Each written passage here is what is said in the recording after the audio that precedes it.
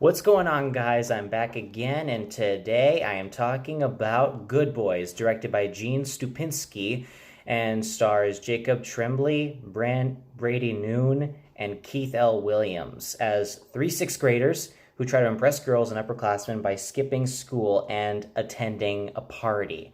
Now, I didn't know what to expect going into this movie. At first I was thinking, okay, this is probably some sort of like a second movie, not really like a remake, but it's more like a second sort of movie to Booksmart. If you guys have not seen that movie, you might know what I'm talking about. If you have seen it, you know what I'm talking about. Now, yeah, Booksmart, followed two girls who always excelled in school, and they decided, okay, we're going to party on our last night before we head off to college. And technically, this movie is sort of the same thing. Does it make this movie bad? It's not bad. It just didn't do what Booksmart did right. That doesn't mean I don't like this movie, because I thought it was fine. I think it's a fine comedy. And the fact that, if you guys watch the trailers, you know that this movie was going to be a comedy involving tweens, as they call it, which I can't even say that word with a straight face. I can't. I'm sorry. So what do I have to say about this movie? Well, for one thing, the three actors, Jacob Tremblay, Brady Noon, and Keith L. Williams, they were really good in this movie. I did buy their friendship for the most part, because these are three boys. They curse a lot. They're tweens. Obviously, they've learned a lot of curse words. I grew up with kids like this. When I was these kids' age, I grew up with people who cursed a lot like this all the time. Always talked about drinking and trying to impress girls, and sometimes they're shy. They see a girl they like and they really want to kiss them, and then when they get invited to a kissing party, it's all of a sudden they're nervous. And you know what? I totally bought that. I was in. I knew this movie had for the most part won me over. Mostly it did. But as far as flaws go, I do think that it goes a little bit overboard with the cursing.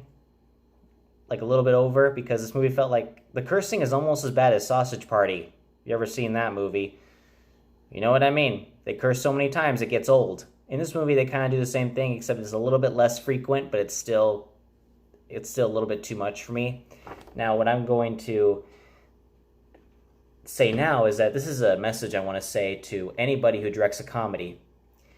If you've watched the trailers for this movie, you know that there was a ton of good jokes in this movie, a ton of funny stuff that would make you laugh if you saw this movie going in blind, like you've never seen the trailer.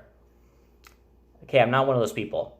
I saw the trailer a couple times, and every funny joke in this movie was in the trailer.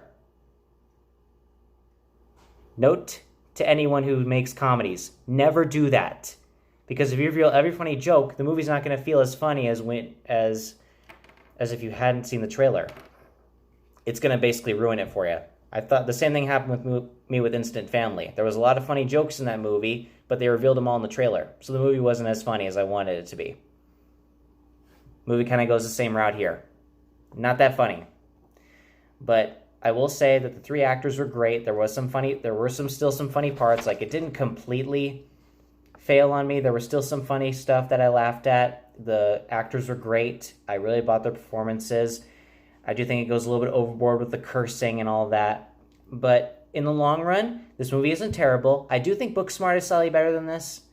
Because the reason why I'm comparing this to Booksmart is because it's basically the same movie, just with younger kids.